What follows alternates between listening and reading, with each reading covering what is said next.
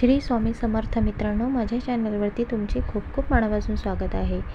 तर चौथा श्रावणी सोमवार आहे। तर ही शिवमूठ काय वाहायची आहे, शिवपूजनाची सोपी पद्धत काय आहे, त्याचं महत्त्व काय आहे आणि जन्माष्टमीसुद्धा आलेली आहे सोमवारी। तर त्याची शुभयोग काय आहे, ते शिवमूठ वाहताना कोणती व्रतचारणा करावी, तर आज आपण या व्हिडिओद्वारे ते जाणून घेणार आहोत। तर चौथ्या श्रावण सोमवारी श्रीकृष्ण जन्माचा शुभयोग जुळून आलेला आहे। तर शिवमूठ वाहताना व्रतचारणा कशी करावी, तर आपण आज पाहूया। तर श्रावण महिना हा हळूहळू सांगतेकडे आला आहे। तर 26 ऑगस्ट रोजी चौथा श्रावणी सोमवार आहे। या दिवशी श्रीकृष्ण जन्माष्टमी साजरी केली जाणार आहे। यामुळे हरिहराचं पूजन एकाच दिवशी केलं जाणार आहे।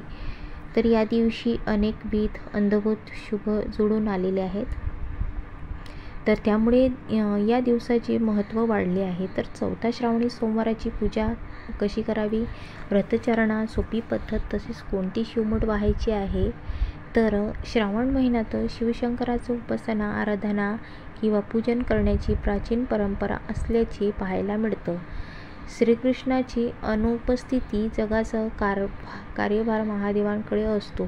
अशा मान्यता आहे की महादेवाचे आवाहन करून त्यांची करुणा भागण्यासाठी रुद्राभिषेक, पूजा अर्चा केली जाते। असे सांगितले जाते की चौथा श्रावणी सोमवार शिवमूठ म्हणजे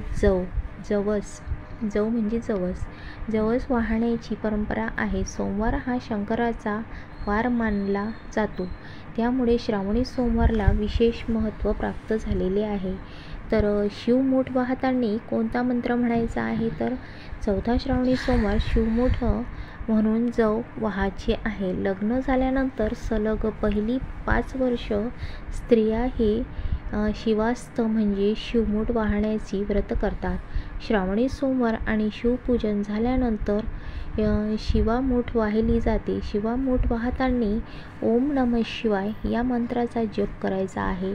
तो जर तुमच्याच्याने होत नसेल तर मंत्रोच्चार करणे शक्य नसतील तर काय म्हणायचं आहे आपल्याला, शिवा शिवा महादेवा माझी शिवा मूठ, ईश्वरा देवा सासू सासरा दिरा भावा, ननंद जावा भ्रतारा नावंडतीचा आवडती करे रे देवा, अशी प्रार्थना करावी। शिवमूठ श्रावणातला मोठा वसा मानला जातो। चौथ्या श्रावण सोमवारी कशी व्रतचारणा करावी, तर श्रावण सोमवारी संपूर्ण दिवस उपवास करावा।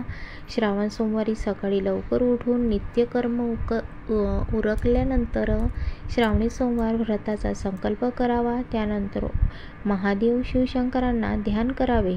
ओम नमः शिवाय या मंत्रोच्चारांसह शिवशंकराचे ओम नमः शिवाय या मंत्रोच्चारांसह पार्वती देवीची यशोचित्त षोडशोपचारे पूजन करावे। या दिवशी एकभुक्त राहावे। शक्य असल्यास घराजवळच्या एखाद्या उद्याना थोड्या जवळ जाऊन ते अशा तऱ्हेने श्रीव्रत करून 14 वर्ष करून मग त्यांचे यथासांग उद्यापन करायचे आहे। त्यानंतर शिवशंकराला प्रिय असलेले बेलाचे केवळ एक पान तरी वाहायचे आहे। एक पान म्हणजे भरपूर जर असेल तर 108 वाहा, नसेल तर एकामध्येच तुम्ही 108चा मंत्र जप करून तुम्ही एकही वाहलं तर चालेल। पण देशभरातील कोट्यावधी शिवभक्त असल्यामुळे या दिवशी महादेव शिवशंकराची विशेष पूजा केली जाते। जलाभिषेकसुद्धा केला जातो। रुद्राभिषेकसुद्धा मोठ्या प्रमाणात भक्तिभावाने केला जातो। शक्य नसल्यास निराहार उपवास करायचा आहे। आपल्या घराजवळील शिवलिंगाची पूजा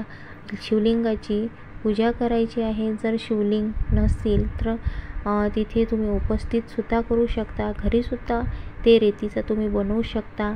तर शिवाच्या प्रतिमेची पूजा करायची आहे आणि शिवाला प्रतिमा उपलब्ध नसेल तर पाटावर शिवलिंगाची किंवा शिवाचे चित्र काढून त्याची पूजा करावी।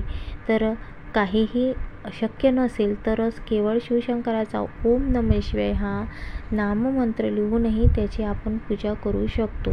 शिवशंकराला प्रिय असलेल्या बेलाचे केवळ एक पान वाहिले तरी पूर्ण पूजेचे पुण्य प्राप्त होतो.